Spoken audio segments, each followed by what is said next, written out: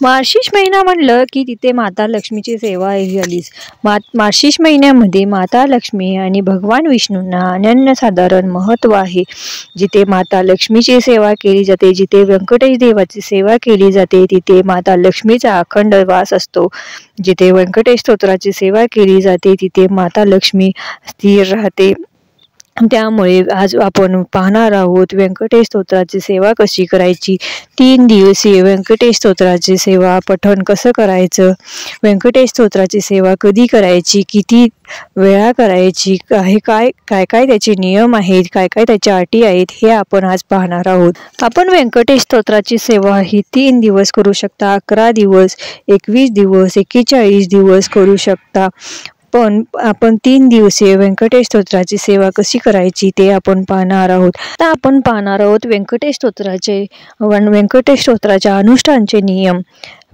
पहिलं म्हणजे तुम्ही व्यंकटेश स्तोत्राचं पठण करत असताना 3 दिवसीय पठण करत असताना 3 दिवस ब्रह्मचर्याचं पालन हे केलं गेलंच पाहिजे. त्याचबरोबर मांसाहाराचा त्याग, मद्य मांस याचा त्याग केला पाहिजे. त्याचबरोबर प्राण हॉटेलचं जेवण हे देखील टाळलं गेलं पाहिजे.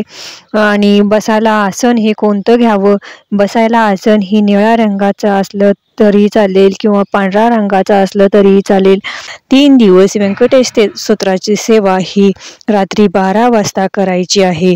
रात्री 11:30 वाजता आपण शुचिर्भूत होऊन म्हणजेच आंघोळ करून पूजा मांडणी करायची. व्यंकटेश देवाचा फोटो ठेवायचा. व्यंकटेश देवाचा म्हणजेच बालाजींचा फोटो नसेल, विष्णूंचा जर फोटो नसेल किंवा मूर्ती नसेल तर तुम्ही बाळकृष्णाची मूर्ती किंवा फोटो ठेवू शकता. व्यंकटेश देवाचा फोटो, मूर्ती काहीच नसेल तर तुम्ही एक सुपारी घेऊन ती सुपारी स्थापित करून व्यंकटेश देवाची पूजा करू शकता, अनुष्ठान करू शकता.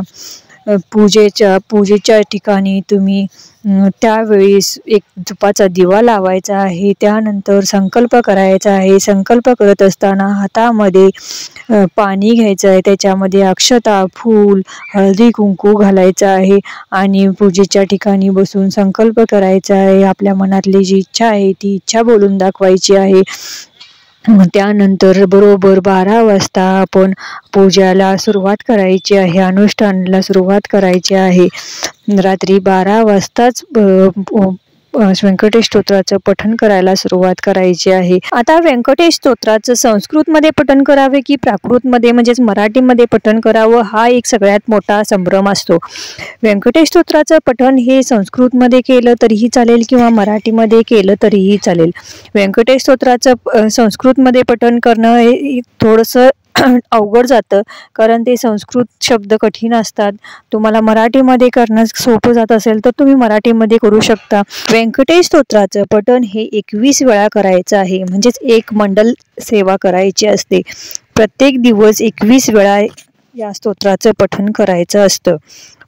जर तुम्ही व्यंकटेश स्तोत्राचं संस्कृतमध्ये जर पठण करत असाल तर 1 ते 8 ओवी तुम्ही पहिले 20 वेळा पठण करायचं आहे. त्यानंतर 21व्या वेळी संपूर्ण व्यंकटेश स्तोत्राचं पठण करायचं आहे.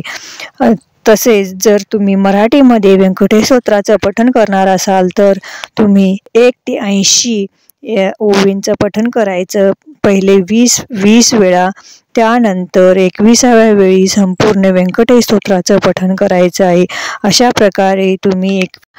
प्रकारे तुम्ही 3 दिवस व्यंकटेश देवाची सेवा करू शकता. मी पुन्हा एकदा सांगते, जर तुम्ही संस्कृतमध्ये व्यंकटेश स्तोत्राचे पठण करणार असाल तर 1 ते 20 हे 8 ओवींचं पठण करायचं आणि 21व्या वेळी पूर्ण व्यंकटेश स्तोत्राचं पठण करायचं.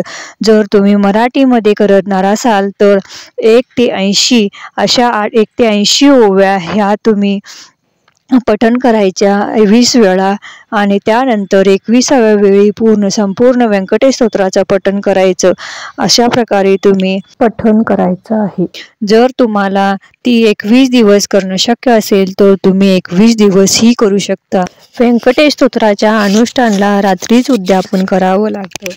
उद्यापन करत असताना आपण पिवळा भात जसा खातो, जसा कांदा लसूण विरहित जो पिवळा भात असतो तसा पिवळा भात करायचा आणि तो रात्रीच दाखवायचा. तुम्ही 12 वाजता दाखवून मग तिसऱ्या दिवसाचं पठण करू शकता, किंवा तिसऱ्या दिवसाचं पठण करून मग तुम्ही नैवेद्य दाखवला तरीही चालेल. आणि तो ग्रहण कधी करायचा? ग्रहण तुम्ही पठण झाल्यानंतर करू शकता, किंवा दुसऱ्या दिवशी दिवस उगवल्यानंतर तुम्ही ग्रहण करू शकता. याला काही दोष नाही. बऱ्याच महिलांचा असा प्रश्न असतो की आपण जर व्यंकटेश स्तोत्राचं अनुष्ठान करत असो तर बाकीचे झोपले तरी चालतील का? बाकीचे झोपले तरी चालतील, तुम्ही तुमचे अनुष्ठान करू शकता. तुम्ही अनुष्ठान कुठेही करू शकता, अगदी बेडरूममध्ये सुद्धा करू शकता. पण तेवढी आपले स्वच्छता शुचिर्भूतता पाळली पाहिजे आणि खंडविरहित अनुष्ठान हे पूर्ण झाला पाहिजे, कारण अखंड अनुष्ठान झालं पाहिजे.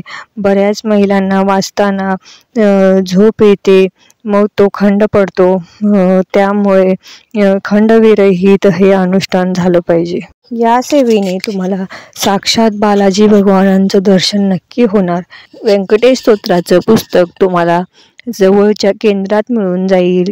मराठीमधील पुस्तक हे केंद्रात मिळून जाईल, आणि जर संस्कृतमध्ये करायचं असेल तर नित्यसेवेच्या पुस्तकात मिळून जाईल.